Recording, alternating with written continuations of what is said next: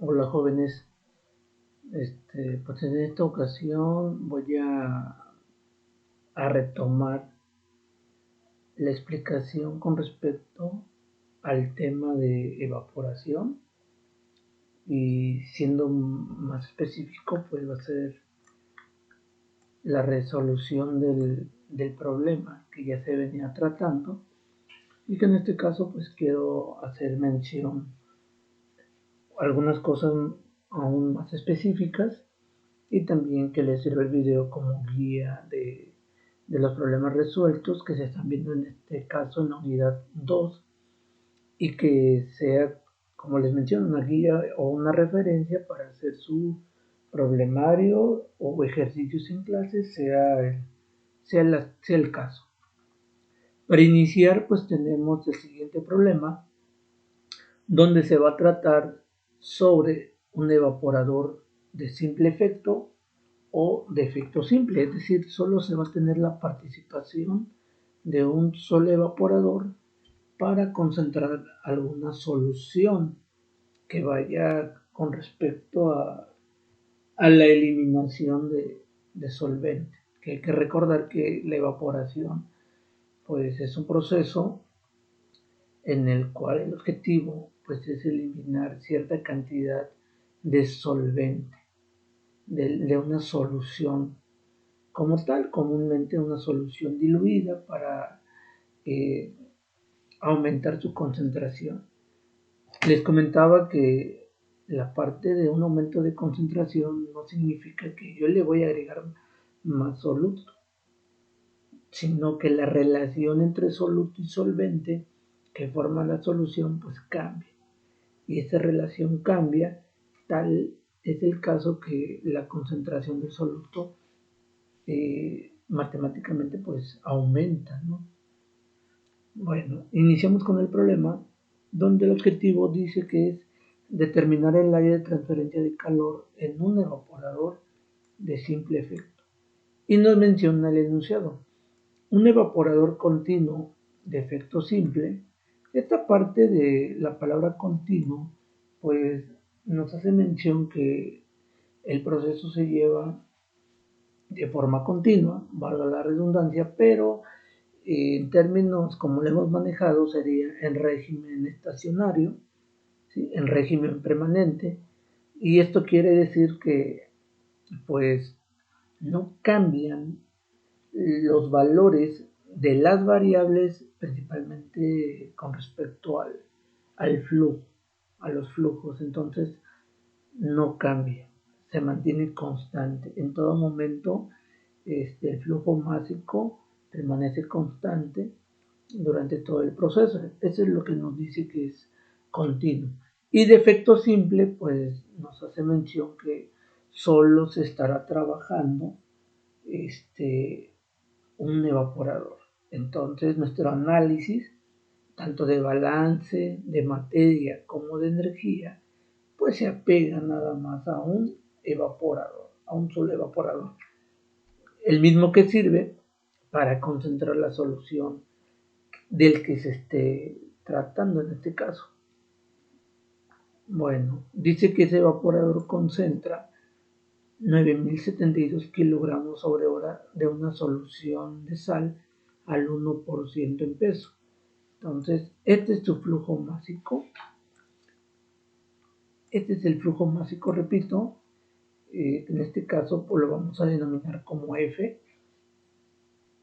La nomenclatura puede cambiar, obviamente. Aquí solo es para usos, sugerencias. Y entonces lo vamos a denotar como una F. 9.072 kilogramos sobre hora. Y que esta alimentación contiene cierta cantidad de sal cuya concentración es de 1% en peso. Entonces, esta es la concentración de la alimentación. Esto lo vamos a denominar comúnmente como XF. X considerando que estamos hablando de una solución acuosa, es decir, en estado líquido, por llamarlo así, y F por el término de que hace referencia a la alimentación. Por eso lo vamos a denominar como XF. X por la parte de que hace referencia a la concentración, hablando en términos de un líquido, ¿sí? Del soluto en un líquido, y F por la parte de que hace referencia al flujo de alimentación, XF. Y esa misma solución dice que entra al evaporador a 311 Kelvin, 311 Kelvin. Esta es más que nada la temperatura de alimentación. Por lo tanto, lo vamos a denominar como T subíndice F, temperatura de la alimentación, TF, 311 Kelvin. Y lo va a concentrar hasta una concentración final de 1.5%. Este valor de 1.5% es nuestro producto final. Esa es la concentración que llega a nuestro producto final. En este caso, como es una concentración del soluto en el líquido, pues le vamos a denominar nuevamente X. Y ahora, ¿qué subíndice lo vamos a manejar? Repito, aquí puede cambiar, aquí puede ser cualquier tipo de nomenclatura, solo que para usos en este problema, pues cuando nos referimos al producto final, al producto concentrado, que es como también se llama, lo vamos a denominar como L.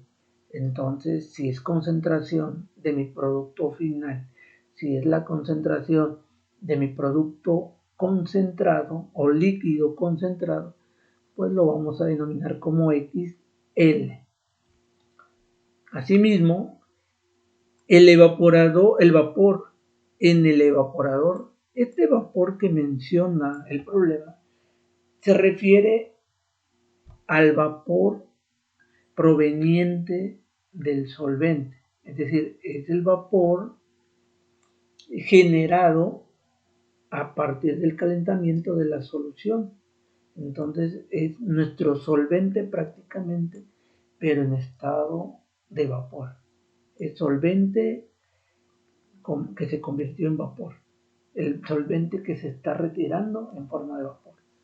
Entonces nos dice que el vapor en el evaporador está a 101.325 kilopascales. Es decir, el vapor que se está generando, ¿sí?, se encuentra a esta presión. Comúnmente esta presión, como es la presión del vapor proveniente del solvente, lo vamos a denominar como P subíndice V, presión de vapor. Pero repito, es del vapor proveniente del solvente que se está evaporando, vale la redundancia, es solvente en forma de vapor. Solvente en forma de vapor, solvente que se encontraba en la solución, en nuestro, pues en este caso en nuestra alimentación. Y el vapor que se introduce está saturado a 143.3 kilopascales. El vapor que se introduce hace referencia al vapor de calentamiento. Hay que entender que para que se lleve a cabo el proceso de evaporación requiere energía en forma de calor, y esa energía se obtiene a partir de la introducción de vapor saturado, o bueno, puede ser vapor saturado o vapor sobrecalentado. Va a depender del objetivo. Podríamos entender que de acuerdo a la presión en la que se encuentra ese vapor, posiblemente es un vapor sobrecalentado, posiblemente, pero eso va a depender del valor de la presión, de la temperatura del mismo vapor, y ver las condiciones termodinámicas del estado termodinámico, o mejor dicho, el estado en el que se encuentra mi vapor, ya sea como vapor saturado o vapor sobrecalentado. Depende de las condiciones, como nos menciona la presión, pues va a ser el estado termodinámico de nuestro vapor. Entonces, ahorita, con tan solo entender qué es el vapor de calentamiento y que se encuentra a esta presión, es más que suficiente. Más adelante, pues ya se va a explicar si se trata de un vapor saturado o un vapor sobrecalentado. ¿Sí? El vapor saturado, pues, en definición es un vapor que prácticamente, si se le retira energía, en automático hace el cambio de fase de vapor a líquido. Es un vapor fácil de condensar, siempre y cuando pierden energía o pierda calor. Y de hecho va a suceder porque esa energía se lo va a transmitir o a transferir, mejor dicho, a la solución que es nuestra alimentación, que se encuentra en nuestro evaporador. Entonces, este es el vapor de calentamiento. Se introduce a una presión de 143.3 kilopascales. Esto lo vamos a denominar como P subíndice S, presión del vapor de calentamiento. No PS es presión de saturación, no, es presión, pero que hace mención al flujo, ¿sí? Al flujo másico del vapor de calentamiento. Hay que mencionar que ese vapor de calentamiento se introduce, bueno, de acuerdo a este diagrama, se introduce de este lado, ¿sí? Pasa a unos intercambiadores de calor y sale. Sin embargo, para ya usos como diagrama de flujo, pues el vapor que entra de calentamiento entra por esta parte, entra como una alimentación, de hecho se considera como una alimentación, pasa a los intercambiadores de calor y sale el mismo vapor pero condensado. Entonces pierde energía durante el flujo a través de los intercambios de calor. Existe intercambio de calor con la solución que se encuentra en el evaporador, pierde energía y hace el cambio de fase. Posiblemente el vapor que se introduce es un vapor saturado, porque como les decía, es un vapor que prácticamente fácil de condensar siempre y cuando pierde energía. Pero bueno, continuemos.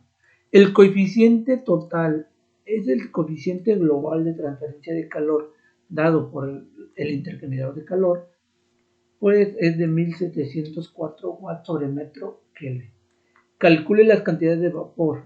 Cuando se habla de las cantidades de vapor, se refiere al vapor que se está generando a partir del calentamiento de la solución, es decir, el vapor proveniente del solvente, o mejor dicho, el solvente que se transformó en vapor, y también nos hace referencia al flujo de vapor de calentamiento. Entonces son dos tipos de vapor: el vapor que proviene del solvente y el vapor que proviene o que se utiliza como medio de calentamiento. Y luego nos dice y de producto líquido, es decir, cuál es el flujo mágico de nuestro producto concentrado. De hecho, este es nuestro producto final. Y de hecho, si lo hacemos la comparación también, la alimentación es una solución diluida y nuestro producto es una solución concentrada, que de hecho nos dice que va desde 1% a 1.5% en peso. O sea, sí aumenta la concentración debido a que se elimina cierta cantidad de solvente. Hay un cambio en la relación entre soluto y solvente. Por eso decimos que hubo un aumento en la concentración. Pero repito, no es que se haya introducido más soluto, sino cambió la relación. Y eso nos dice que pues aumentó a 1.5%. Luego nos pide el área también, así como el área de transferencia de calor que se requiere. Obviamente para diseño pues es muy importante conocer el área de transferencia. Puesto que se trata de una solución diluida, es decir, una solución de 1% en sal, suponga que su punto de ebullición es igual al del agua. Aquí, por ejemplo, lo que yo les aclaraba es que en su momento, cuando hagamos el balance de energía principalmente, vamos a requerir entalpías, entalpías de la alimentación, entalpías del vapor saturado que se utiliza como medio de calentamiento, el vapor proveniente del solvente, el, la entalpía con respecto al vapor de calentamiento pero ya condensado y la entalpía del producto final o del producto líquido concentrado. O sea, se va a requerir una gama de entalpías y en este caso, si requerimos específicamente la entalpía de la alimentación, que es una alimentación de solución salina al 1%, no tenemos o no se encuentra tablas termodinámicas donde nos mencione específicamente la concentración de sal al 1% y la entalpía que le corresponde según la temperatura, según la presión. Entonces no lo hay. Por lo tanto, nos dejan una nota que como se trata de una solución diluida, una solución salina diluida, entonces vamos a pensar como si fuera agua. Lo vamos a asociar, como es una concentración muy baja, entonces vamos a suponer que, no, bueno, igual es suponer que la entalpía es como si estuviéramos hablando de la entalpía de agua. De hecho, si hablamos del 1%, el 99% es agua y la solución es de 1%, entonces, pues prácticamente la entalpía, por lo que nos tratan de decir, es que no va a variar, igual que el punto de ebullición no va a variar muchísimo, porque casi es agua en un 99%. Bueno, en la parte de datos, sabemos que nuestro sistema es un evaporador de simple efecto, así es como se representa el diagrama de flujo. Tenemos la alimentación denominada como F, que en este caso sería esta parte de 9.072 kilogramos sobre hora. La concentración de sal es la concentración de sal en la alimentación, XF, 1%. La temperatura de la alimentación, 311 Kelvin. La concentración de sal nuevamente, pero ahora con respecto al producto líquido concentrado, que en este caso se refiere a esta salida, de hecho es una salida, una de las salidas. La concentración de sal, repito, entonces esa es la concentración del producto líquido concentrado. La presión, en este caso PV, que es la presión de vapor que se genera, ¿sí?, en nuestro sistema, en nuestro evaporador que se está generando prácticamente aquí. No lo vemos, pero pudiéramos hacer mención que ahí está el vapor y que en su momento pues va a salir, ¿no? Es el que se está eliminando. Entonces la presión es de 101.325 kilopascales. La presión, otra presión, pero esta es la presión PS, que es la presión del vapor de calentamiento, que en este caso está entrando y en este caso se puede señalar su entrada en esta posición, ¿sí? Entonces tenemos dos entradas, una con respecto a la alimentación y una con respecto al vapor de calentamiento. Luego nos indican U, que es el coeficiente global de transferencia de calor. Luego V, en este caso V, pues va a hacer referencia al vapor que se está eliminando, ¿sí?, del solvente, con respecto al solvente. La S, repito, en este caso va a ser el flujo del vapor de calentamiento, pero también el flujo de vapor, pero ya condensado. Entonces, esas son las S. Y seguido tenemos el flujo con respecto al líquido concentrado, que es esta parte, que es una de las salidas, y el área de transferencia de calor. Aquí repito, nada más para que quede claro, tenemos el flujo de la alimentación, el flujo del vapor de calentamiento, son dos entradas, y ahora tenemos las salidas, que en este caso es el solvente evaporado, el vapor condensado, que era del vapor de calentamiento, y el flujo másico del líquido concentrado o del producto concentrado. Aquí esta S y esta S obviamente es lo mismo, no cambia. De hecho, dijimos que es un evaporador continuo. Entonces, no cambia el flujo másico de alimentación de vapor de calentamiento y el flujo másico del vapor condensado. No cambia. Va a ser el mismo flujo. Lo que sí cambia es de fase, porque entra como vapor y sale como condensado. También lo que cambia es que aquí, al haber cambio de fase, estamos hablando de pues de un calor, de un calor latente, porque también tenemos calor sensible. Si hacemos un pequeño paréntesis, ¿qué es ese calor latente y calor sensible? El calor latente se refiere cuando existe cambio de fase, pero la temperatura se mantiene. No hay un incremento de temperatura, solo hay un cambio de fase.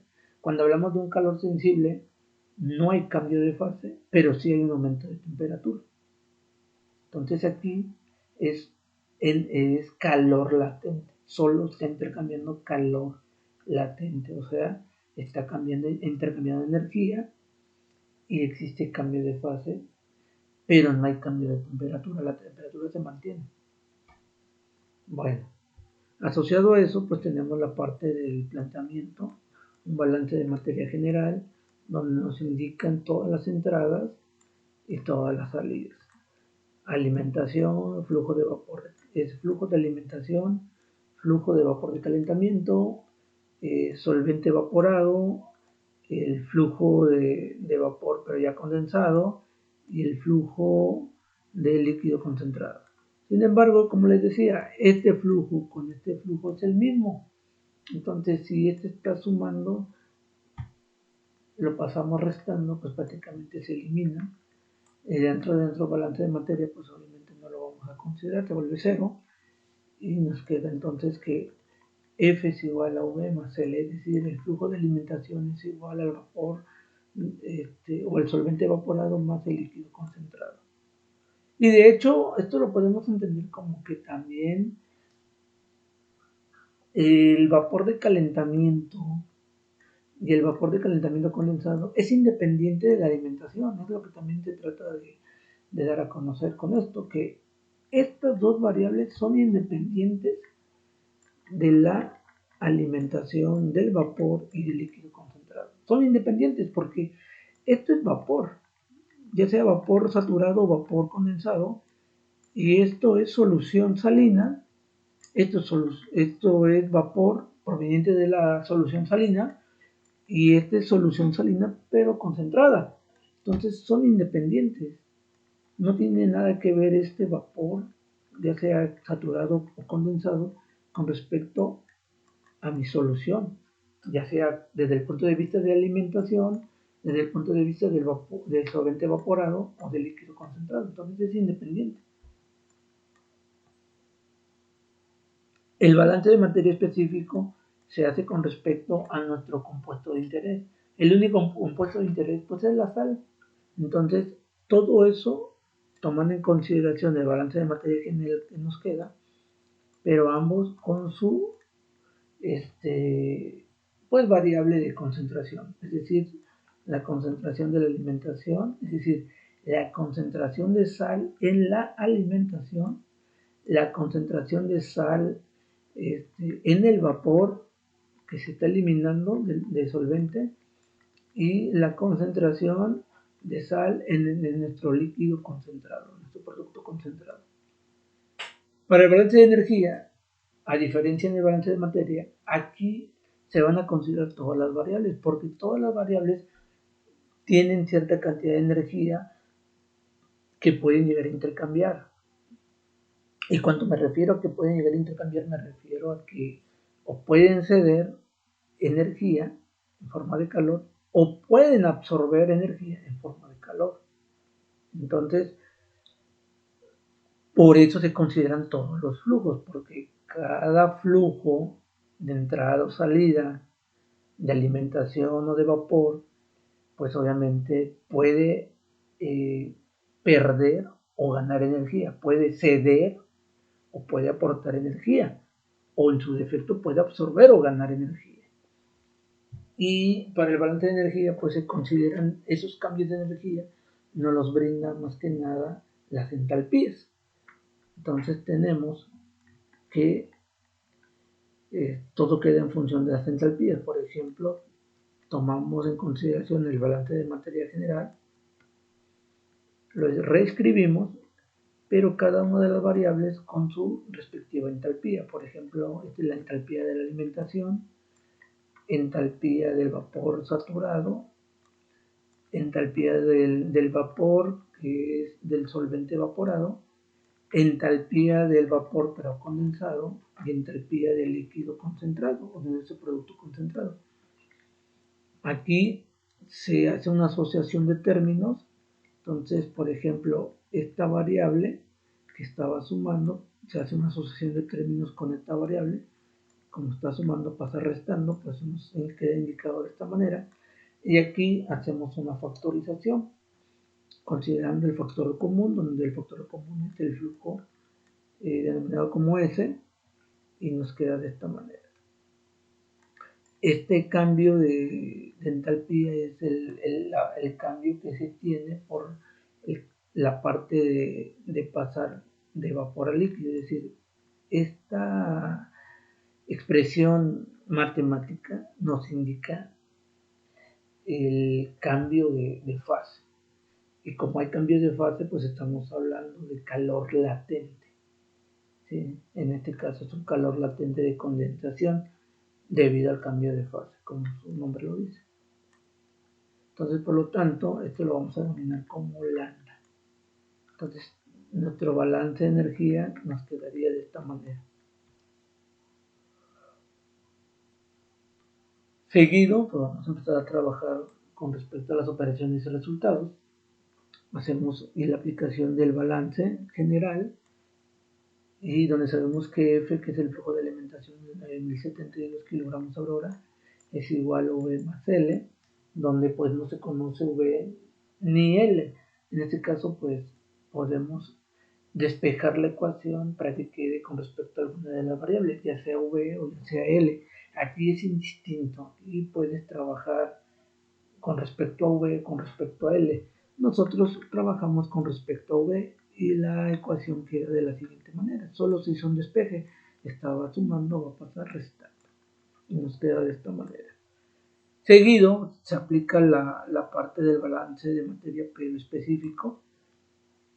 Y aquí hay que hacer una pequeña aclaración. Habíamos mencionado que la parte de la variable X en todo momento hace mención a la concentración del soluto en líquidos, mientras que por otra parte cuando tiene Y pues hace mención a la concentración del compuesto de interés pero en estado de vapor. Sin embargo, se puede considerar que el solvente que se está evaporando está libre pues de cualquier tipo de soluto o incluso de en este caso pues que está libre de sal, para que se entienda, o sea, no se tiene ninguna concentración de sal en el vapor generado por el solvente. Entonces, como no existe concentración de sal en el vapor, entonces tenemos 0% de sal. Entonces, si nosotros utilizamos esta ecuación y sustituimos las variables que sí conocemos como f, x, f, que son estas, entonces v tampoco la conozco, sin embargo sí conozco YV, pero YV pues vale, en este caso vale 0, porque no hay concentración de sal en el vapor, por lo tanto esto pues vale 0. Seguido pues tenemos la sustitución de L, el cual no conocemos todavía ese flujo másico, pero sí conocemos la concentración de L.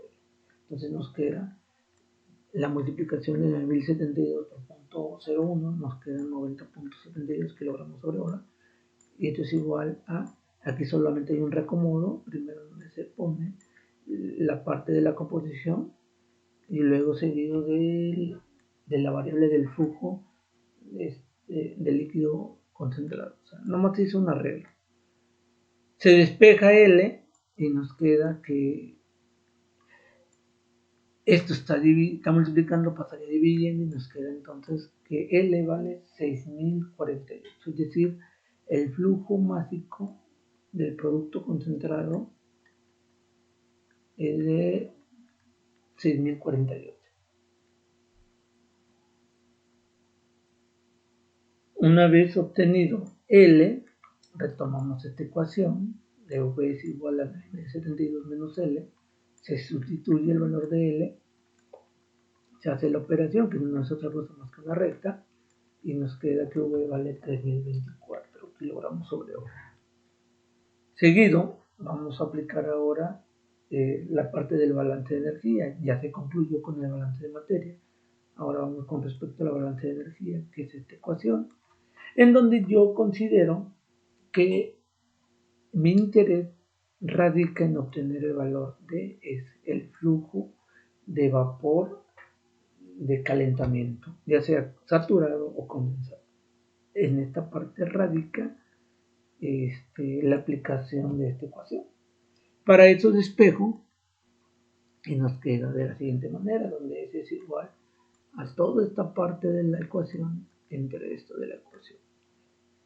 Si hacemos una pequeña asimilación o resumen de las variables con las que cuento y con las que no cuento, entonces nos damos cuenta que donde conocemos V, conocemos L y conocemos F.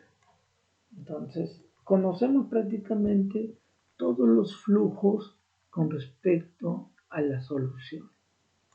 V, L y F. No conocemos el flujo con respecto al vapor de calentamiento, que es lo que prácticamente queremos determinar a continuación. Y nuevamente, asociado a la ecuación que estamos observando aquí, pues revisamos que no tenemos ningún tipo de entalpía, ni la entalpía del vapor del solvente, ni la entalpía del líquido concentrado, ni del líquido o de la entalpía de la alimentación, ni la entalpía del vapor saturado en el medio de calentamiento, ni la entalpía del vapor condensado. O sea, no conocemos ningún tipo de entalpía. Entonces, todos estos debemos de determinarlos. Obviamente, el orden en el que está aquí es de acuerdo al orden en el que se encuentra representado en nuestra ecuación. Entonces, primero empezaríamos a determinar la entalpía, ¿sí?, del vapor proveniente del solvente evaporado. Seguido, la determinación de la entalpía de nuestro producto líquido. Seguido, la entalpía de nuestra alimentación. Seguido, la entalpía de nuestro vapor de calentamiento, en este caso, de la entalpía de un vapor saturado. Y por último, la entalpía del vapor de calentamiento, pero ahora ya condensado. Y con eso, pues, tendríamos toda la información y podríamos aquí sustituir. Entonces, esto es lo que prácticamente nos haría falta. Y lo vamos a determinar con la ayuda de las tablas termodinámicas.